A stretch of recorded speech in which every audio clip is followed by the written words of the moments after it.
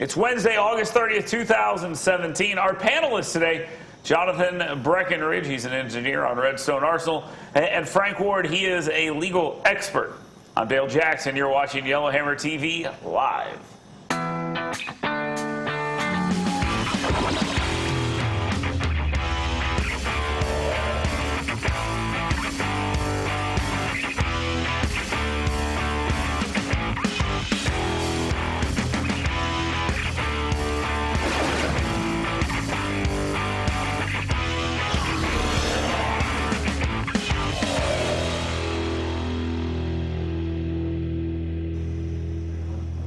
Welcome to Yellowhammer TV Live. Lots to discuss today.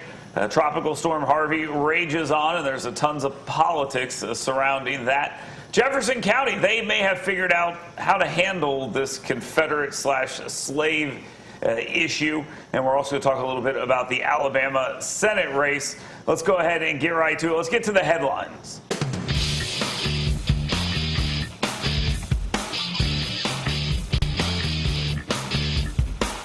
We've spoken about this before, and it may just have been since Katrina, but it seems like we like to politicize our tragedies. Harvey is absolutely no different. As I was watching the coverage of this event, CNN mentioned that Donald Trump did not mention the victims enough in his speech. He spoke about how great it was to have a great crowd, etc. Just general Donald Trump-isms at this event. Yeah, we like to make these things political. But did the President of the United States yesterday, when he went to this area that was ravaged by storms, did he do enough? Did he hit the right notes? And will people say that this was presidential of him? Apparently, this is very important to him, and it's very important to the people that cover the president as well. Let's talk to our panel about it. Jonathan, did the president hit the right notes yesterday?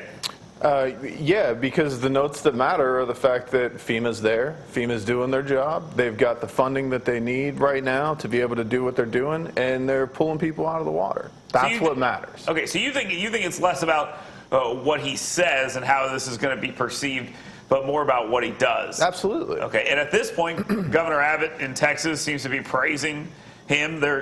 Early on, there seemed to be some consternation in the news media and by some on the left that the president wasn't prepared for this. So that seems to be a go-to narrative on almost anything. That has almost fallen off the wayside because it appears that everyone has done pretty much all they're supposed to do in this situation, and it doesn't appear that there's any massive holes in the response. At least that's where we are right now. The event's still ongoing. So now we've shifted to the Donald Trump says careless things part of this story. Is that what this is? I think there's an element of that, and to answer the larger question, I think largely he has hit the correct notes. But you know, Donald Trump is Donald Trump, and he's going to say things about the size of the crowd no matter where he goes.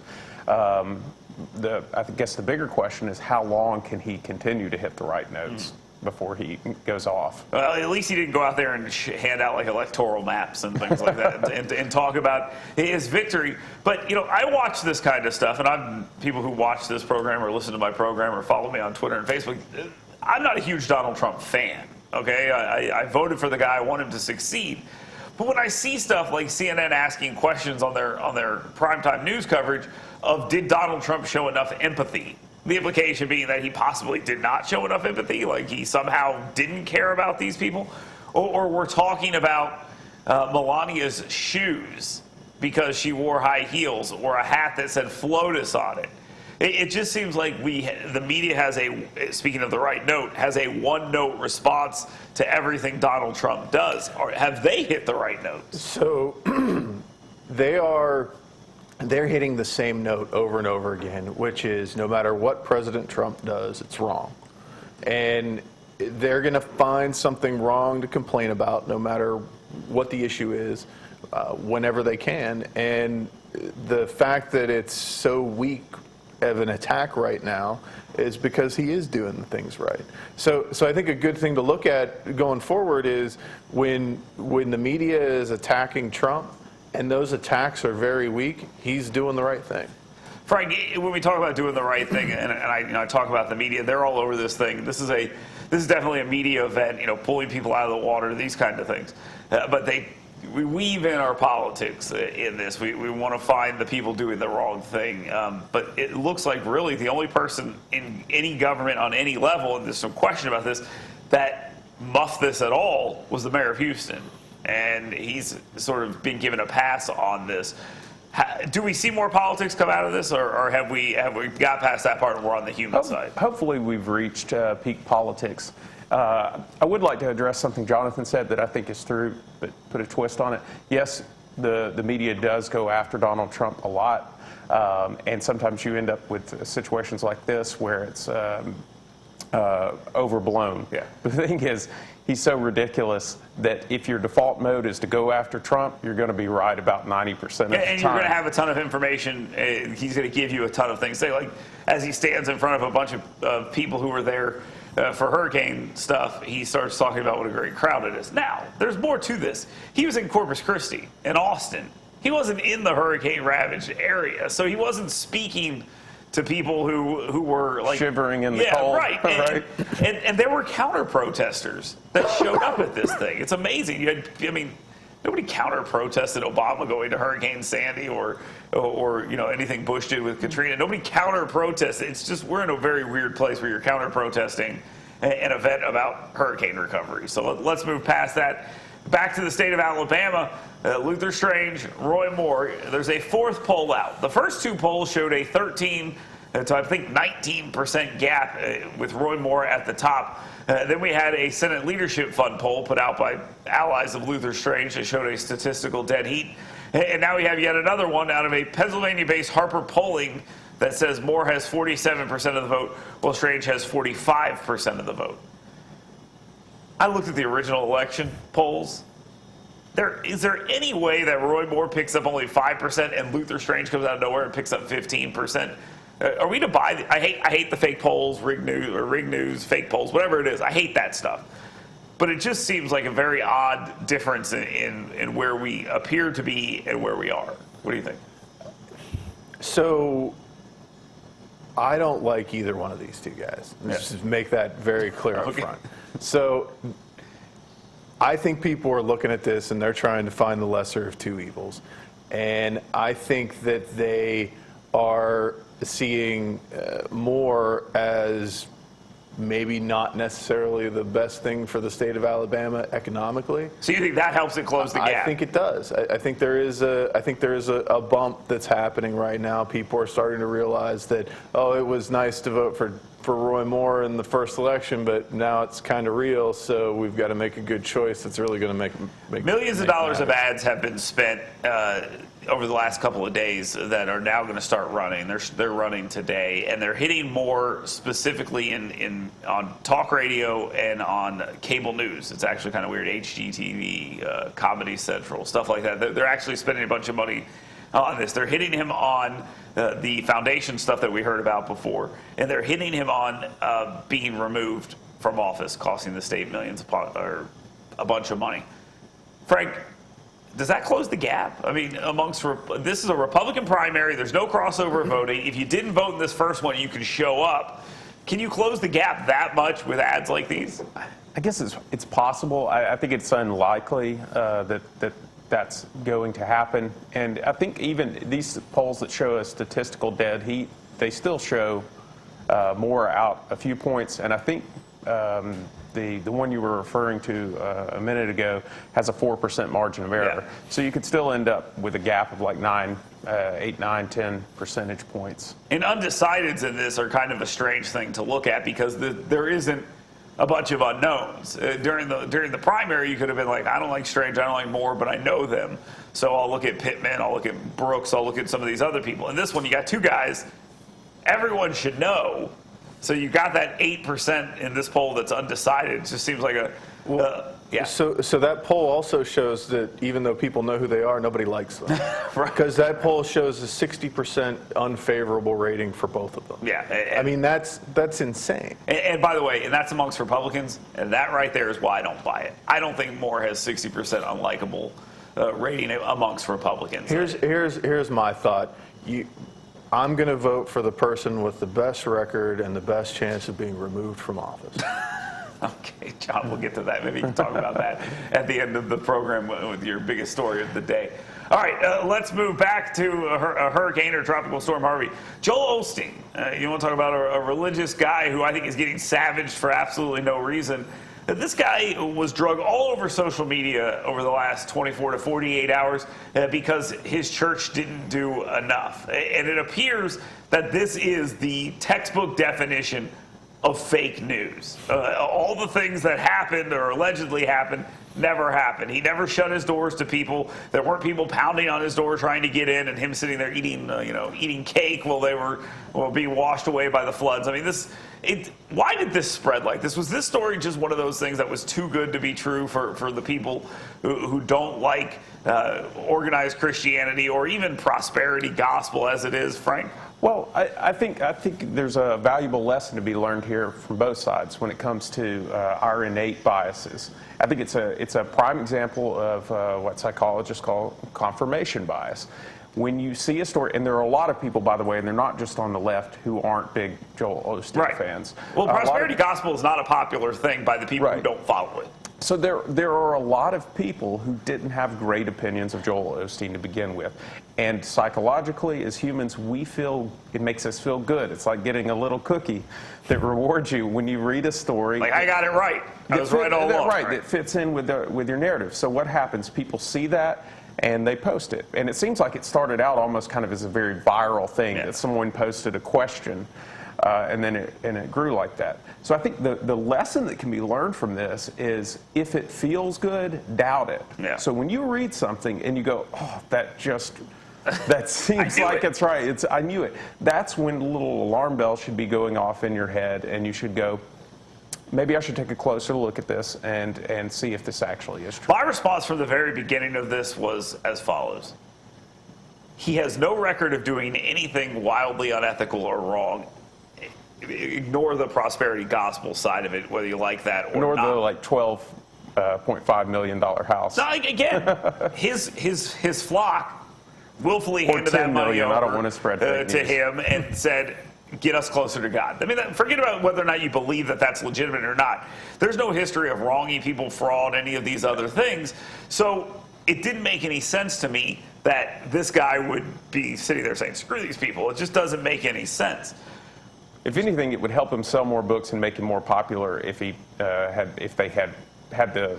It's funny you mentioned the books, because that's where a lot of his wealth came from. Actually, it comes from his books and stuff, as opposed to not the tithing. He's got a 16,000-seat mega church, so it is what it is. Jonathan, Osteen getting beat up by this. Does anyone learn any lessons here? Frank says there's a lot of lessons. Anyone going to learn it, or are we just going to move on to the next thing? I hope people learn lessons about this. I completely agree with Frank. It is absolutely confirmation bias. It's everybody likes an enemy. Everybody likes to see somebody that they think who is evil get knocked down, and feeling good about that whenever it happens is it happens. I mean, that's just we love hypocrites, and when we can call other people hypocrites, even when they're not hypocrites, we love doing that. The fact is, though, all of this stuff against him right now isn't going to affect anybody that's going to go to him or spend money on his stuff, and it's just going to push people further away from it that already don't want to be there. So it just further divides the already divided. I had two theories on this. One, we need a villain in this Harvey thing. There isn't one. Trump's not a villain here. The Houston mayor, as big as people think that mistake is, he's been given a pass because of what's happened in the past there. Abbott's handled it okay. The federal government's handled it okay. At this point, the media's actually handled this okay. There's no villain, so let's create one. The second part of this that I find most interesting is as Osteen is being beat up, nobody is coming to his defense. The media, they're not giving you any facts. All the stories are either the viral blog sort of stuff or look at this reaction online. I mean, it took 24 hours for anyone to say, okay, here's what actually happened. Now, that might be Olstein's fault, but I think this is a little bit of, we like to have a monster and we want to kind of create one. We've talked about monuments, we've talked about murals, we've talked about all these things. Here is what we have in Jefferson County. I think they figured this out. Maybe they did, maybe they didn't. Jefferson County Courthouse has a bunch of interesting things. They have not the swastika, but they have the reverse swastika that was originally used, that Hitler used in order to make his thing. They have murals inside their building that depicts slaves picking cotton and doing manual labor. So in the world that we're in right now, everybody wants to see that stuff removed. They want to see those things taken down. They want to see sort of history not necessarily change, but maybe we kind of just move it to the background. Jefferson County did something interesting. I thought this was actually pretty progressive by the Jefferson County group. They've decided to hire someone to come in and paint a modern day image of what Jefferson County is. Not over this, but with this. This sounds like the right solution here. Frank, we're not doing away with something that's been there a while, like it or not. Slavery is part of Alabama and America's history. I don't think anyone sees that mural and goes, the good old days. I don't think anybody sees it that way. But again, it's a piece of art, and art is subjective, of course. Is this on the right path to how maybe we should handle these things, where we have monuments and statues and paintings and things that may not be perfect, or maybe paint maybe not a full picture? Tell the whole story. Is that the right answer? I think it's a good move on their part. It's doing something constructive rather than destructive. And I don't think anyone looks at the murals, or they certainly shouldn't when they see those and think, oh, the good old days, or somehow glorifying slavery. If anything, I think the murals show that, you know what, that wealth that the city has now was built on the backs of slaves. Right. And slavery, of course, evil and a sad situation, but some tribute should be paid to the people who made the economy work. Well, what they're going to do is they're going to paint a more modern Meaning mural. the slaves who Correct. Right. They're going to paint a more modern mural, and it's going to depict some of the African-American judges, and including some that serve right now, apparently, and things like this. Robert E. Lee High School in Montgomery, they had a protest the other day outside of their school. 20 cops showed up, like 8 counter-protesters showed up, and 4 protesters showed up. So I don't know how big of a deal these things actually are, but it looks like these are going to be rallying points over and over and over again. Is this a right solution? Well, I guess the question is this, Jonathan. Will this placate anybody? I think it de-escalates the situation, because it's a positive move. It's a constructive move, and like you said, instead of a destructive move. And I think it increases the awareness, because it puts out a positive image of the city. I think that the monument question is only going to get worse, especially if it's reacted to inappropriately. But I think that the biggest problem, I think, going forward is going to just be vandalism, just straight up vandalism. Yeah, we saw a lot of these that. Statues, and they're going to get torn down. The father of modern gynecology is an Alabama doctor named Sims. He has a statue in Central Park. It's been vandalized like 3 times in the last week. I mean, because he operated on slaves without anesthesia. And again, we're putting 2017 sensibilities on this guy, including the regular use of anesthesia, which wasn't really a thing at that point. Well, I would address, I'll pick a bone with the right on this, and I have plenty of problems with the left when it comes to their reaction to monuments. But this idea about people come out and talk about preserving history based on statues. History is found in books. It's found in conversations.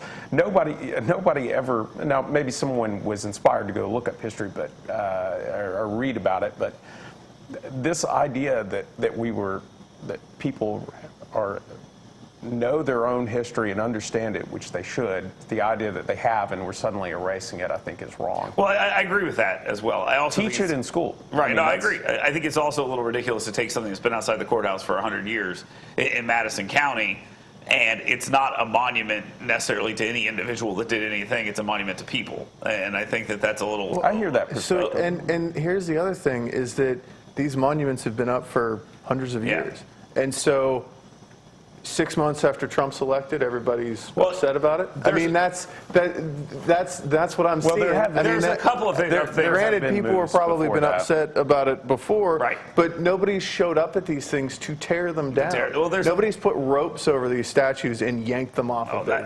Here's the thing: there were some put up in the early 1900s and before that were monuments to the men than there was in the 60s. Yeah. It became a middle finger to a lot of people. Completely agree. And there are some Completely of those that need to go, but it all depends exactly what those are. Let's take a quick time out here while I fix my microphone since I just yanked it off myself. We'll be back. We'll talk a little bit about disaster aid and how political that has become. Stay tuned.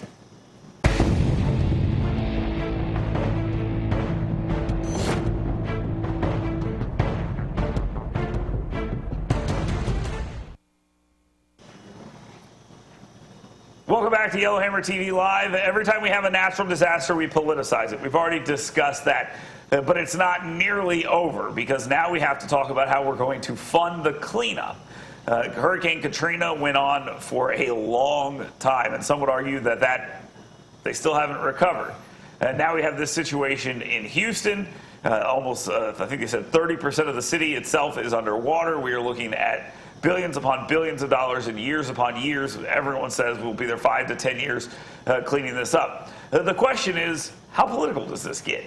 We have guys like Ted Cruz, who voted against Hurricane Sandy relief or Superstorm Sandy relief in the past. They made arguments that there was too much pork in all of this. So the Republicans, the onus is going to be on them to make sure that there's not a lot of pork here and that everything that is there actually is used almost in the disaster area. The question here, guys, becomes the Republicans have a lot of issues on their table already. Debt ceiling, budgets, all this other stuff, the wall, infrastructure, tax cuts, all this stuff happening. This just piles on. And they're not really in a very strong bargaining position in the Senate, at least. But the House as well has their own issues. We're not on an election cycle yet, but we are almost to the point where they start worrying more about that. How much of a mess is this going to be, Frank? I hope not much. I hope for the people in Texas that it's not. I would like to see, in a rare instance when Trump and I agree, a clean, quick bill to help these people. I don't know that that's going to happen. No, I think they'll marry it into a bunch of other stuff like they always do. They'll try to take care of a bunch of issues together in order to force people's hand to pass this thing.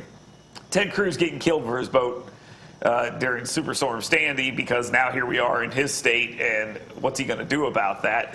I think 20 House reps from were also opposed. Opposed for pork reasons and things like that. We'll see how they handle this one, Jonathan. So there was the Sandy relief funding was two separate bills. The first being an emergency $10 billion relief bill that passed, and I believe most of those folks voted for it. The other part was a $50 billion bill, which spread money out around the entire country in multiple different places. I mean, there were sand dunes at KSC, there were fisheries in Alaska, there were multiple other places where funding was going to be spread around for different things. Now, yes, a lot of that stuff was still disaster related, but it was not directly related to Sandy. So it was that second part of the bill, that $50 billion bill that the Texans did not vote for all of that extra spending. They went hard at Cruz on this. I mean, they've already gone hard. I mean, Chris Christie is out there as the storm is happening, calling him a hypocrite. I mean, is that fair? I think for the most part, yes. I understand that there was, as Jonathan was pointing out, there were parts of the bill that went beyond probably what had to be done as far as Sandy goes. I mean, that's the Republicans. What they have to do is they have to put together, as Frank said, a clean bill that focuses on this particular issue, resolves this issue, and doesn't have a bunch of pork. Because if they get into the pork world, then they are hypocrites. Absolutely. And there's no other way. There's no other way to put it. If they're pushing pork, they're going to be hypocrites. But this is going to be something where a lot of people are going to have their hand out and say, "Help us." And they went as far in the other one to retrofit airplanes for the weather agencies and things of that nature. And they called that disaster relief. Was that related to Sandy? All these other issues that come in. The Republicans have an opportunity to show themselves not to be hypocrites. Will they? Or will there be a ton of pork? Probably not. Okay, so you think there'll be pork? Right. I think that there will be a ton of pork. Okay, I think so too. I think that's where we're going to go. The politics on this is going to get ugly. As soon as it dries, this thing's going to ramp up. We're going to go right back to our two corners, and we'll start fighting again about that, even though it's already started a little bit now. When we come back, the biggest story of the day. Stay tuned.